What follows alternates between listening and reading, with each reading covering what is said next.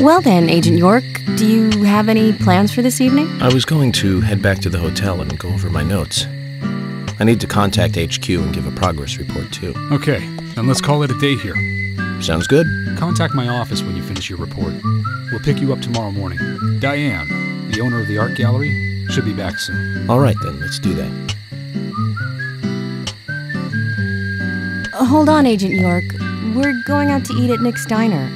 Would you like to come with us? The diner? That might be nice. Thomas is a great cook, but Nick is the real deal. No visit to Greenvale is complete without eating at the A&G. A very appealing proposition. Zach, what do you think? We can always go back to the hotel after eating dinner, or go directly back to the hotel. You decide, Zach. Mm-hmm.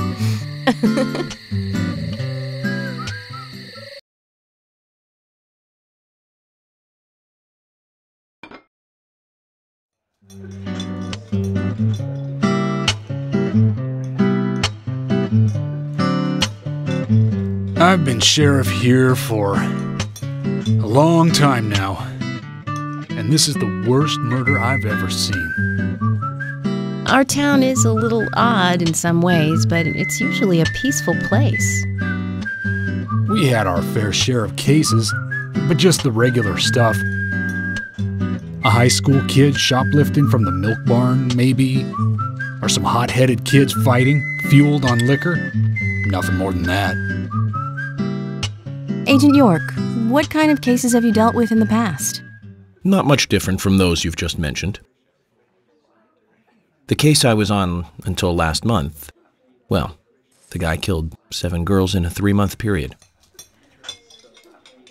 He sawed their heads off from the neck and took them back to his house. He cleaned the skulls up and used them as utensils in his daily life, to eat from or as a urine cup. He hated women. That was his way of dealing with it. He'd fill skulls with ice, cola, and rum, then he'd down it in one gulp. For him, that was a holy ritual. The question of his mental state was the pivotal point in the court case. Oh, man. For me, he was insane. 100%. Drinking from the skulls, well, that is one thing,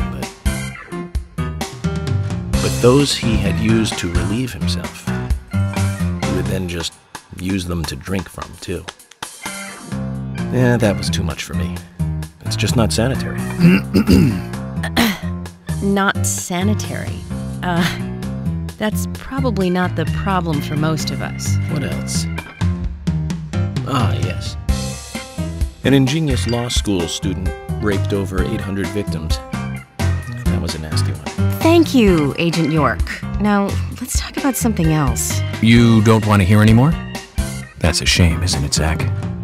I was just about to get to the good part, too. Sounds like you live in a totally different world.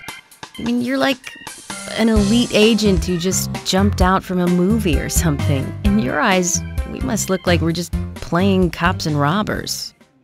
I give up. I can't compete with you. Don't say that, Emily. The cases you have solved are all full-fledged crimes.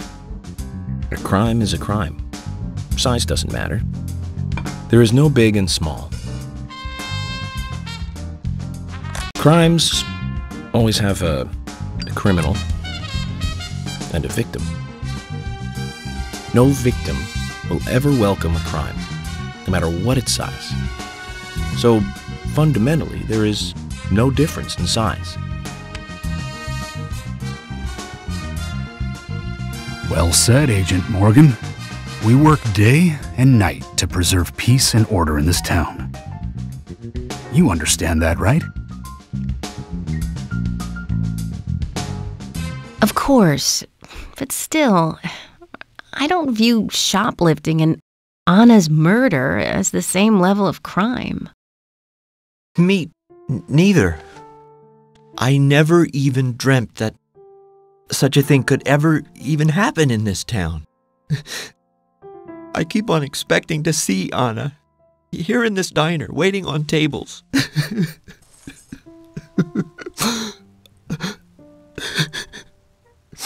Excuse us, Agent Morgan. We should have made dinner a more uplifting experience. Let's call it a night. Okay. Good night, then.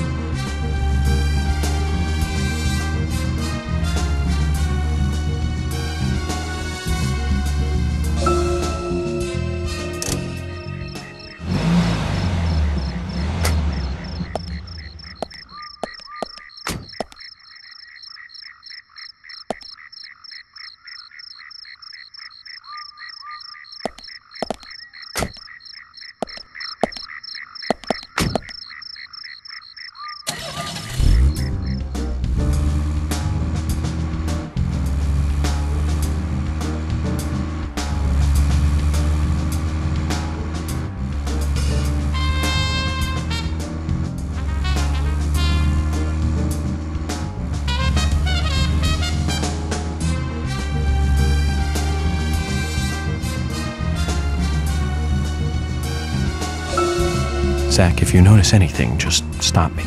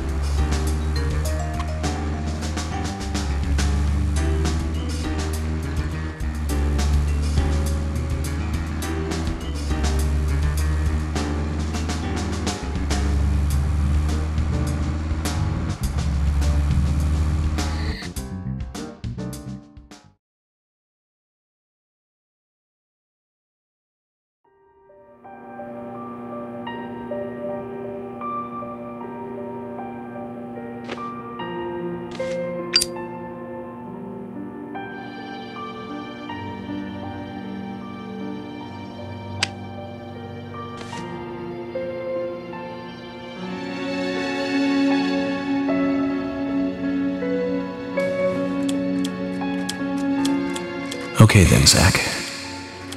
Let's go back over our progress. First, the victim, Anna's death. She was found hanging from a tree in the forest. She was cut open with a knife from her chest down to her stomach. That was the direct cause of death. The strangulation marks and skull fracture were caused after death. Her tongue was also bit off, and I found something inside her mouth. Do you remember what that was, Zach?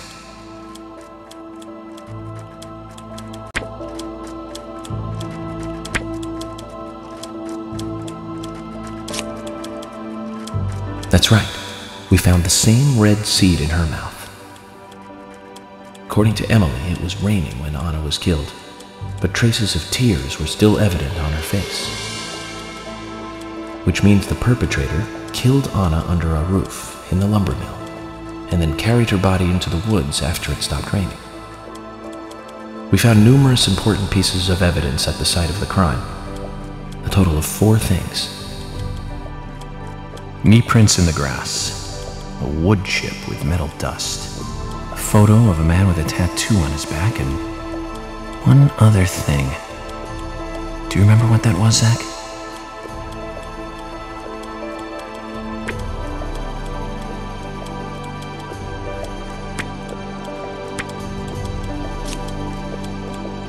That's right, a broken stiletto heel. Aligning this with the other evidence suggests that 2 people came into contact with Anna's body prior to it being discovered by us. Those being the perpetrator who killed Anna and Miss Stiletto Heel. There is also the possibility that a third party carried Anna to the woods. That means we could be dealing with 3 people. 2 or 3 people. In any case, Miss Stiletto Heel may have vital information. We need to find her next. We didn't use forensic methods, but we're still closing in on the criminal.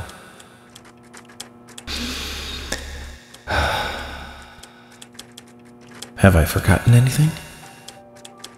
Ah, of course. The marks on her hand tell us that Anna was gripping something when she died. Do you remember that, Zach? What do you think she was holding on to?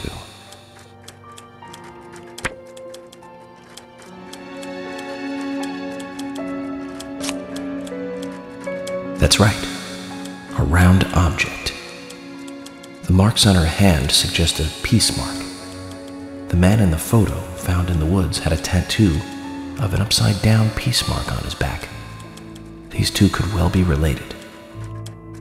But we don't know for sure. Next, the townfolk. A few are worthy of special attention. Carol McLean, the singer and bar owner. She's Thomas's sister. Then there's Nick Cormack, the owner of the diner. Both of them seem to be hiding something. There's Diane, the owner of the art gallery, who's out of town. Then we have problematic, old, rich, and eccentric Harry. Both will be tough to crack. Well, we just have to go one by one. I've been thinking, one of the biggest rewards here is the fantastic food. Enjoying food is cultural, and yet it's also a bit uncivilized. It's interesting how good food motivates me to work harder during investigations. Oh, and on Emily's back, it was strange to me. Hey, don't take that the wrong way, Zach. I wasn't getting all excited or anything. But it did make me feel strange, nostalgic, and sad almost. It's starting to rain. I think this case may take a while. Ellie! Lunchtime, Ellie! I'll eat later. You'll eat right now, young lady. You need to listen to your mother. I want to hear the rest of the story. Eat your lunch, then take a nap. Then I'll tell you the rest. But I want to hear it now. There's no need to rush things. You must live your life at the pace that is right for you. Honey, are you coming?